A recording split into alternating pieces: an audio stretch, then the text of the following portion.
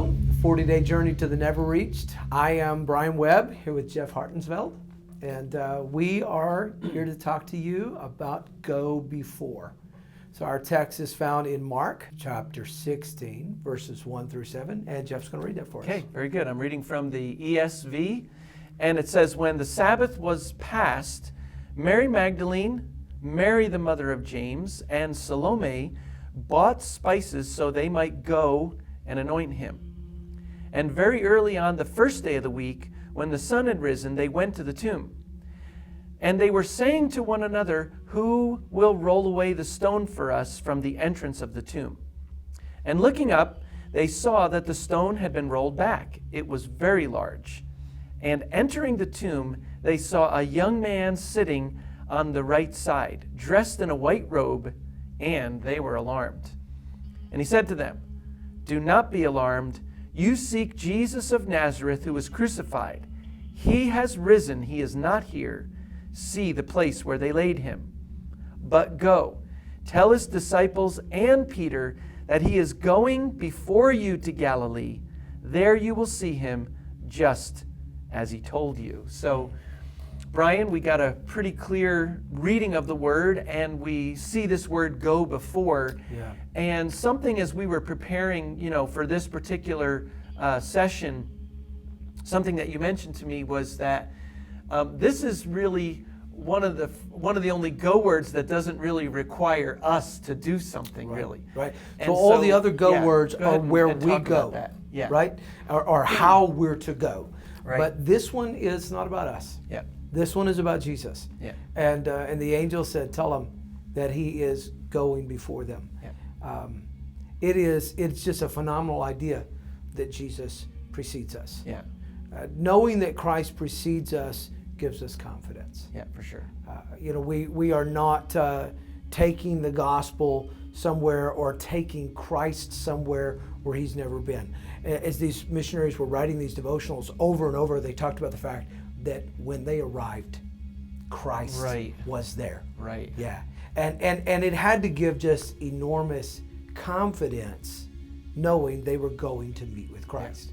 I wonder if people, who are studying with us here through this Go devotional, I think we forget in our daily activities that Christ is going before us. Yeah. So, it's like, well, I'm going to go to the grocery store, I'm going to go to work, I'm going to, but I think this idea that Christ has gone before us, and of course it's bigger when you've gotten on a plane and traveled. It certainly feels bigger. Thousands and thousands. Does. Yeah. And it is because, obviously you're going into hostile environments, and yet the day-to-day can't be left out of that. Right.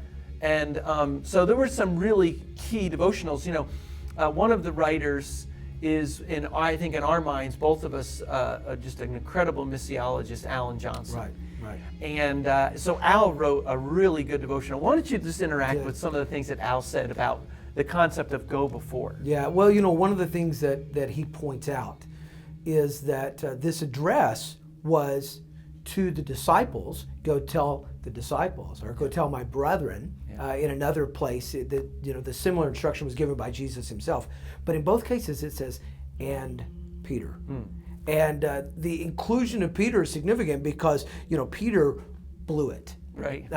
He was the one who talked big, made big promises, and then, he went from, I've got a knife, I'm going to cut this guy's ear off because he's disrespecting Jesus, to what? Jesus? No, I don't know him. Never even heard of the guy. What are you talking about? So Peter really blew it and had to feel that. Yeah.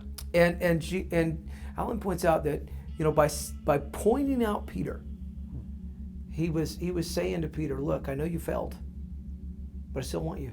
Yeah. You're still Good. a part of this. Right. You're still important to me. Yeah. And, Alan's got a great quote there about that. Let me read that quote.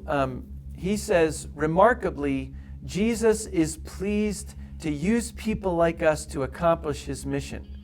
Failure, confusion, and spiritual blindness do not disqualify us from his service if we humble ourselves to let Jesus go before us and forgive, restore, and recommission us. I love that word recommission that he uses there. So, I mean, how often, and if you're, studying along with us here, boy, the Christian walk can be full of failures. And I think sometimes our failures cause us to feel like we can't go. Right. And I think that happened. In some ways, it might have crippled Peter. I like the fact that in that scripture there, it's almost like, some people say it's inclusive, but it's like, no, I want Peter to know, that he's also still a part of this thing. Right. It's like the Lord knew he had probably feelings of failure, and it's like, well, the Lord doesn't want to see me. Right. And see, so often as believers, we will say, well, only other people can be used by God. Right. Only other people could be in ministry. Maybe you're sitting there and you're thinking, well, you're talking about these never reached, but I could never go to them because of my history. Right. That's the point, though. Yeah. Jesus goes before us. Our history actually sometimes even becomes a more powerful way of presenting the gospel, because look at what he's redeemed me from. Yeah. And that's what Peter could say. Yeah. Peter was commissioned by Christ. Mm-hmm. He was one of those that was sent out and did ministry, and then he completely blew it. And the human perspective would be, I'm no longer qualified. I'm no longer good enough. Right. And Jesus said, I want you there, because I'm going to meet with you, and you're going to be part of this. Another good quote from one of our workers that's in a sensitive context, or in a country where we can't mention their name, we can't mention the country where they're serving, says, Jesus reassured Peter with a message. I want you in this. I'm going before you. I'll be there when you get there. And so, Peter was leaving, I guess, from failure, and Jesus went before him and arrived even, before Peter even arrived there. So he had prepared the way.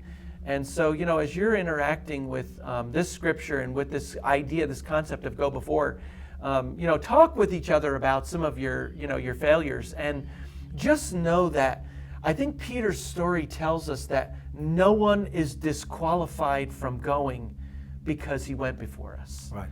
And we want to wipe any of those disqualifications out. I think one of the things for missions anyway, there's a lot of people I meet that feel like, especially for missions, I'm not qualified, or I'm disqualified for one reason or another.